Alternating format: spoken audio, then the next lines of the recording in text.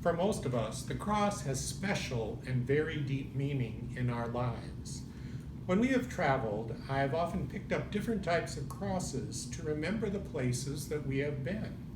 We have a cross made from driftwood from Lake Superior, a copper cross from the Upper Peninsula of Michigan, an enamel cross from Central America from one of our national youth gatherings, a Maltese cross from Malta, a Celtic cross, which our daughter gave us, and so many more.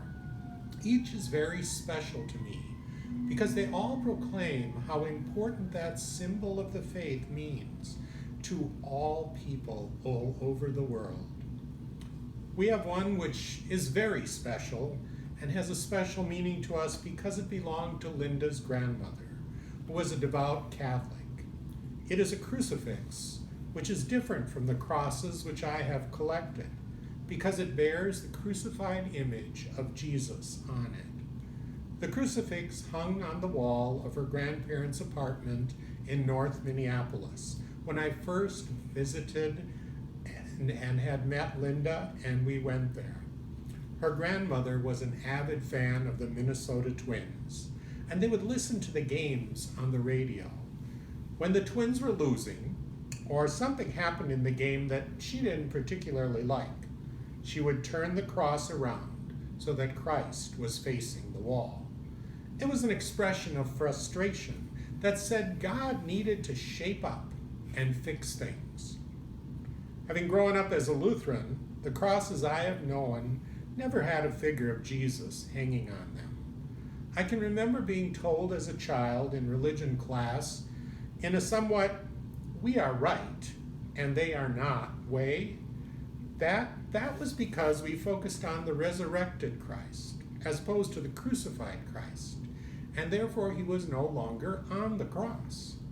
That pretty much effectively put the image of the wounded, crucified Jesus to the background in my faith. Once Jesus' death is over, we move on. We take him off the cross and then bask in the glory of our new resurrected life, putting all the messiness of his suffering and pain behind us. The problem I was left with is, what do I do with the suffering? What do I do with the wounds present in our lives, our society, our culture, when I have sanitized God out of the mix?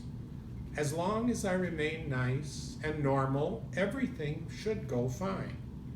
I can remain comfortably white and middle class, stay healthy, good looking, and happy, and things won't fall apart. But that isn't really how our God works. And indeed, when I wake up every morning now, I find myself in a world that indeed does seem to be falling apart. The God who is consistently and clearly revealed to us in the Bible is the God who time and again turns death into life. Now is the time when we need that image of Jesus suffering and dying on the cross. For that is how we are transformed and life is made new.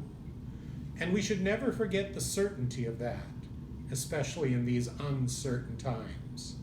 God is in the suffering and in sin.